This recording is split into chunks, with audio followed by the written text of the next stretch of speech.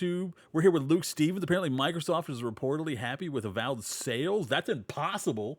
I don't understand that. Hopefully, it is doing pretty good. A lot of people are giving it like sixes and sevens, which is actually really good for these days, and not just journalists whose opinions don't matter. So let's see what Luke Stevens has to say about what Microsoft had to say, and then we'll say our own things. This briefly previously when Avowed launched, but people forget Avowed was at one time a live service like multiplayer co-op game, which is crazy. Oh right, I it forgot didn't about end up that. that way. But this is what's so fascinating about this moment in the industry is that we've had now Avowed, but we also previously had Veilguard, Dragon Age Veilguard, which also started as a multiplayer game.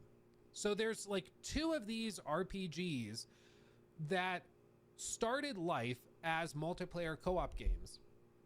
And then at some point they decided against that and went a different direction. And there's little remnants and tidbits where you can feel. Oh, calm down. Yeah, that's not a good direction to go. You'd have to change the entire game if you changed whether it's going to be live service and multiplayer or not. Those are two very different directions that you can't just kind of implement together at the end. That's not how that works. That remain, like I think in Avowed, some of the stuff with companions, for example, I believe the camp that you go to constantly feels super hollow, and I think it's because it originally was going to be where you like matchmake and where you select quests, and I think it was going to be way more important, but in the final version, it's just kind of an afterthought. But, Veilguard had many other issues separate to this that, were remnants of its live service beginnings. But it's always fascinating to me that these things tend to come in pairs, or like when it rains, it pours. When one live service game is greenlit, 15 others are also greenlit. And it just so happens that both of these, made by separate teams, owned by separate companies, ended up sort of figuring out their own path, to different levels of success probably. This feels like it could be a good-looking set of armor, but I don't feel like the head matches the chest piece, though. That's just nitpicking. Like, I like this design. This looks really busy, and it could use a little extra color. Luckily, you can see like the sleeve down here. I assume this. I don't know if these are gems or if it's the shirt under it. Its color isn't working with this though, and again, that's just me nitpicking. I don't like the way this looks together. This by itself, I like. But it's very interesting to see how it's kind of ended up. In a recent interview with Bloomberg, Avowed director Carrie Patel shed some more light on what seems to have been a challenging development cycle for the venerable RPG studio. Not only was Avowed initially supposed to be a seamless open world, it was going to have a co-op or even live service multiplayer component, and had to be rebooted after 2 years of pre-production. The end result is pretty fantastic, though, and DLCs or even a full sequel already seem to be on the table. According to Bloomberg, 2 years? You wasted 2 years? That's got to be rough for morale around there, man. If I was a dev and I worked for 2 years on something, and then they came in and suddenly said, "Oh, just erase that. We're going to start all over. We're going to start from scratch." Development on Granted, that's 2 years of pay, so there's at least that. But I feel like morale had to be really low after that. Avowed began in 2018. 2018! What else was going on in 2018? Remember the 2018 era? Oh. Everybody wanted to be acquired. Everybody wanted to be bought out. And how do you make yourself appealing? How do you make yourself appealing to somebody who's going to come in and buy you? Well, you've got to show them that you're able to print money. You got to show them that you've got stuff that's going to make a lot of money. And in 2018, how do you do that? Launch a multiplayer game. Brilliant. No way. Greenlight in Avowed. A Dragon Age Veilguard greenlit around the same time. Greenlight something like Concord greenlit right about the same time as well. Or even release something in that same era, like a Fallout 76, which also was greenlit. That was a smashing success. Everyone loved it. 10 out of 10. Specifically, it seems, to make ZeniMax and Bethesda look more appealing to Xbox because they had a live service offering around Fallout, their biggest IP, so that they would eventually be acquired for billions. So It's it's no surprise, frankly, but it is interesting that right around the same time period, all of these different games started to get greenlit by these different institutions that were trying to make themselves appealing for a big Microsoft buyout, probably. But they go on. This was, of course, before Obsidian was acquired by Microsoft, and an initial multiplayer-centric pitch for the game was shopped around to potential buyers. We'd previously heard that Avowed was at one point supposed to be Obsidian's Skyrim, but this is the first we've heard about a co-op multiplayer angle from the RPG, which Bloomberg compared to Destiny. Destiny co-op Avowed seems like a choice. That seems to have been cut by the time Avowed's Destiny wasn't a good choice. I mean, it eventually got to a point where people really enjoyed it, but I also feel like it's like sticking in a marriage you're not particularly happy in, but you're already married and it's easier than getting divorced and then starting all over again. You might as well just stick with it. Because that's the feeling I got when my friend tried to bring me into Destiny like last year or the year before. He loved it. I did not particularly enjoy all. Well, I was about to say all of something specific, but no, I didn't enjoy any of it. I mean, the shooting was fine. It wasn't particularly remarkable, but everything else was not memorable in any way. I didn't have a good time playing it. Of Avowed's summer 2020 cinematic teaser, but the development was still a quagmire.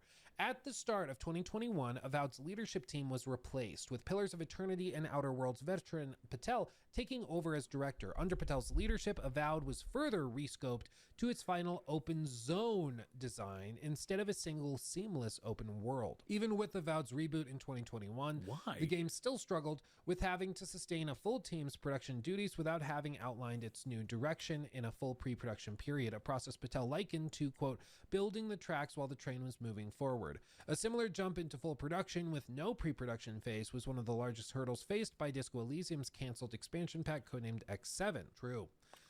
Okay, I've heard nothing but good things about Disco Elysium, though.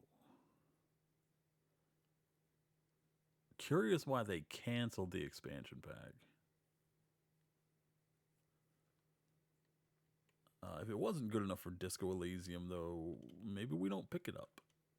Disco Elysium's story is an absolute dumpster fire, though. If you want to ever see just... I feel like I've heard nothing but good things about that. Maybe I'm confusing it with another game? Oh, no, it feels like it. One of the most tragic stories of mismanagement and scandal. I forget who made it, but there's a documentary on YouTube. If anybody in chat remembers who made it, but there's a really good documentary where somebody went in and like interviewed some of the big movers and shakers between the divide where the company split apart.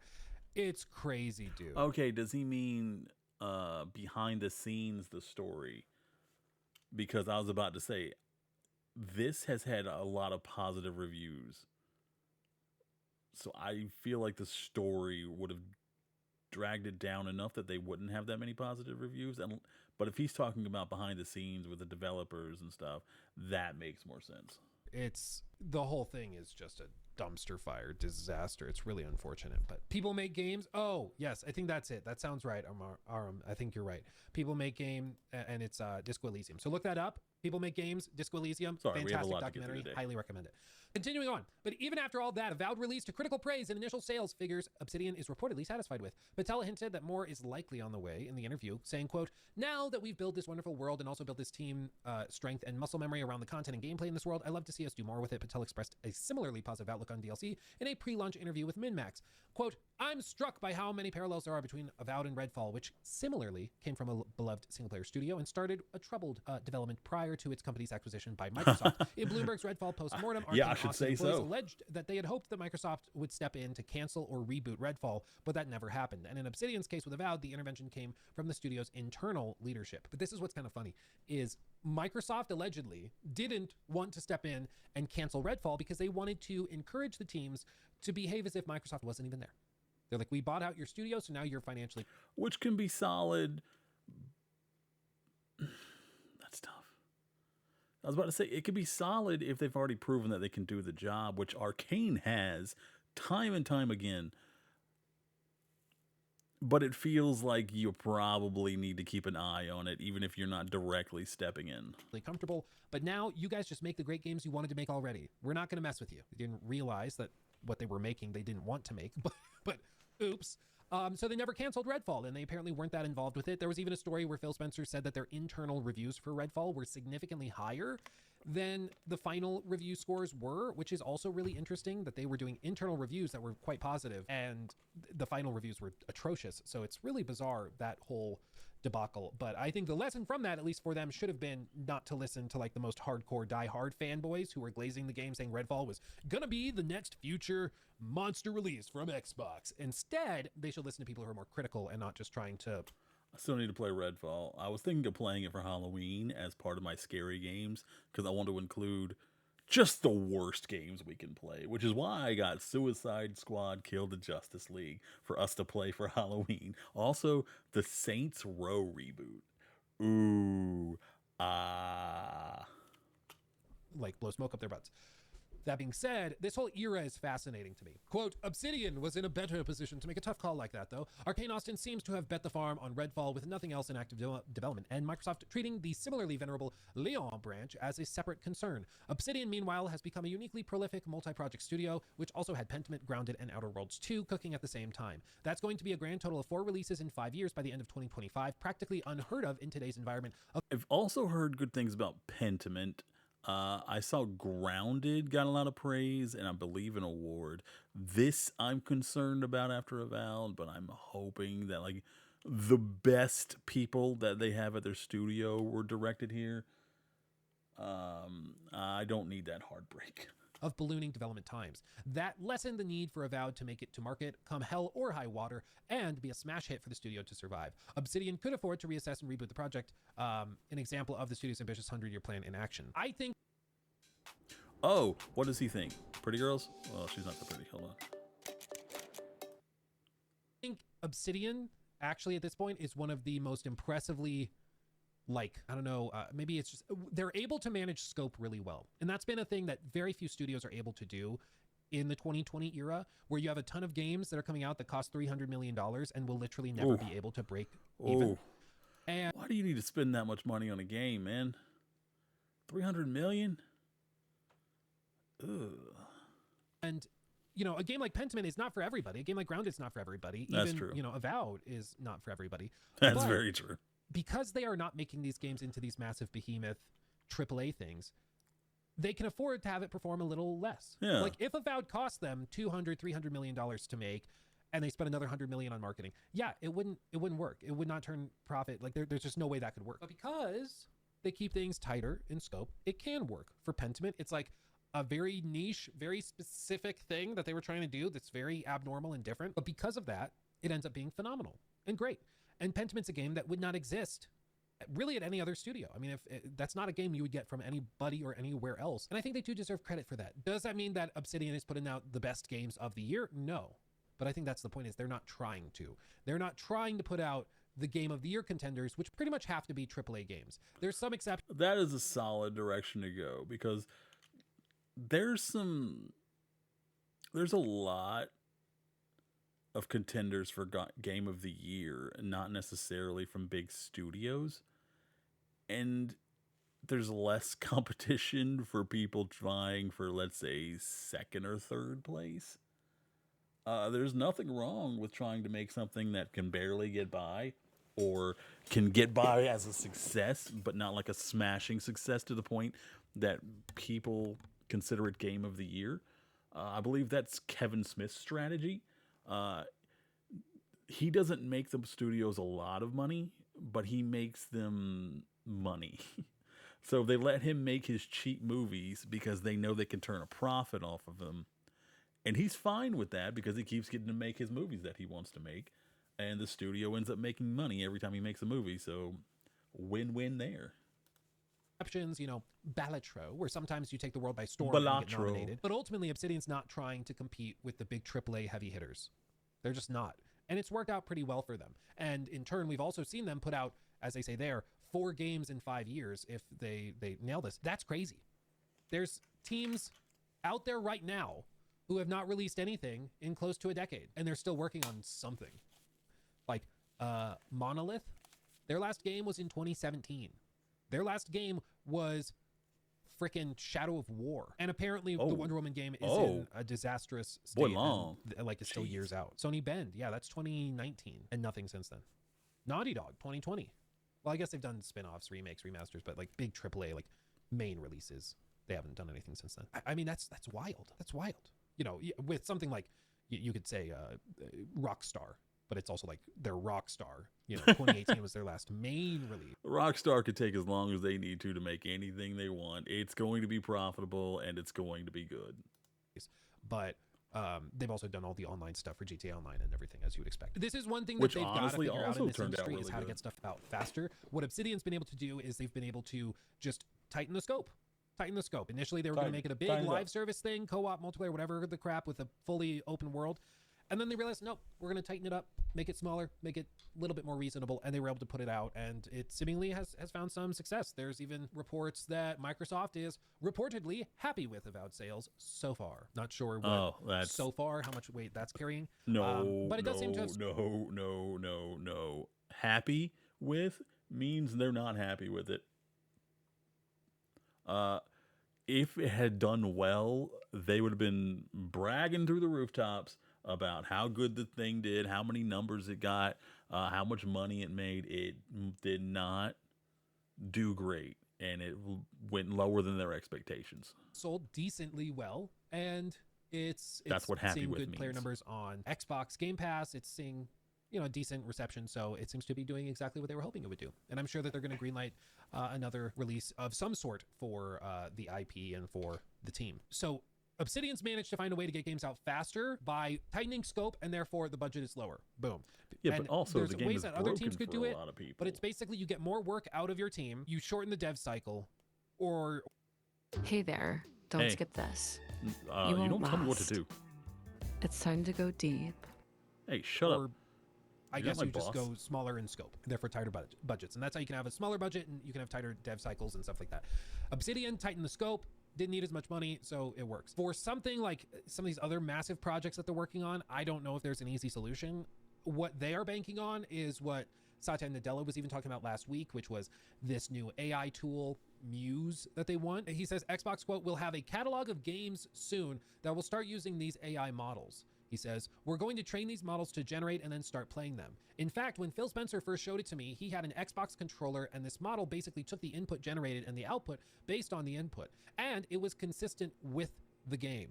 That to me is a massive moment of wow. It's kind of like the first moment we saw ChatGPT complete sentences or DALL-E draw or Sora. This is one such moment. But was the sentence of any value that ChatGPT uttered? What was that sentence? I need context. In other words, they want to use these AI models to like just build the games and save a ton of time and money. Actman had quite the, I think, a reaction most gamers had, which I think is probably fair. Actman based?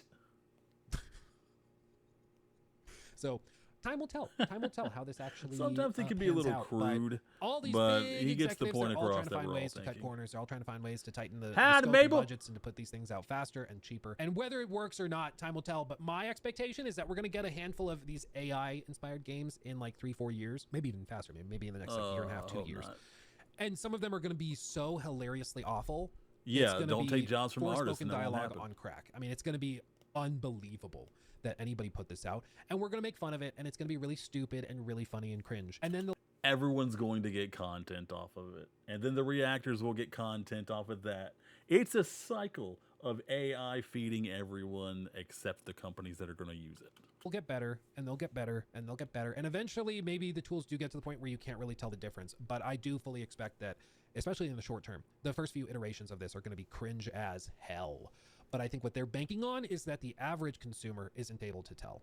And they might not be wrong, unfortunately. Like, if the average consumer can't tell the difference between an AI-generated piece of concept art or, you know, like in Call of Duty where they have some skins or they have some stuff that's been built by AI, if the average consumer can't tell the difference, like, they don't care what you and I think.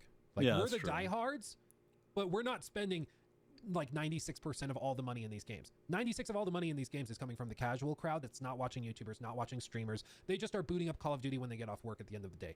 And that's all they really are concerned with trying. Yeah, I'm not sure Call of Duty people are playing Avowed though. I don't see that. If you're coming home from work, you're going to play Call of Duty. You're not going to hop on something else. You're going to keep working towards those ranks. Keep hustling. To pass a smell test with. That's all they really care about. They just need to get it past the casual crowd, and then they consider it to be good enough. And I think we're probably going to start to see this stuff really creep up in the next year or two as these AI tools become more prevalent. Like if they're just wanting to use ChatGPT to summarize emails so they don't have to read through the memos that executives send them, I don't think any of us will throw a fit over. That's a solid use of AI. Absolutely. If you're just like doing tedious work like sorting emails, God bless. Use AI all you want to. For that. It's when you start to use AI tools to replace the artistic elements within the game, the human component, that's when stuff starts to really crumble. And I think that we're only going to start to see that in the next like year or two. Can't be much worse than what we have today. Just you wait. just wait. I have a feeling there's going to be some really funny and really kind of insanely cringe stuff that's just AI dialogue on crack. So buckle up. Okay, the AI dialogue, I'll be excited for that. I don't want them to use AI, but if they're going to use AI, dadgummit, let's make it funny so we can make content and we can all raise up. All right, this was Luke Stevens. Hope you liked it. Give him a like, give him a follow. Give me a like and subscribe while you're here. Follow me on Twitter, twitter.tv/mplaythejolly. We're closing in on the back half of affiliate. We only need like 20-something more follows. Every follow counts. Have a great one. Stay hydrated. Take care of yourself. Take care of someone else. Mwah.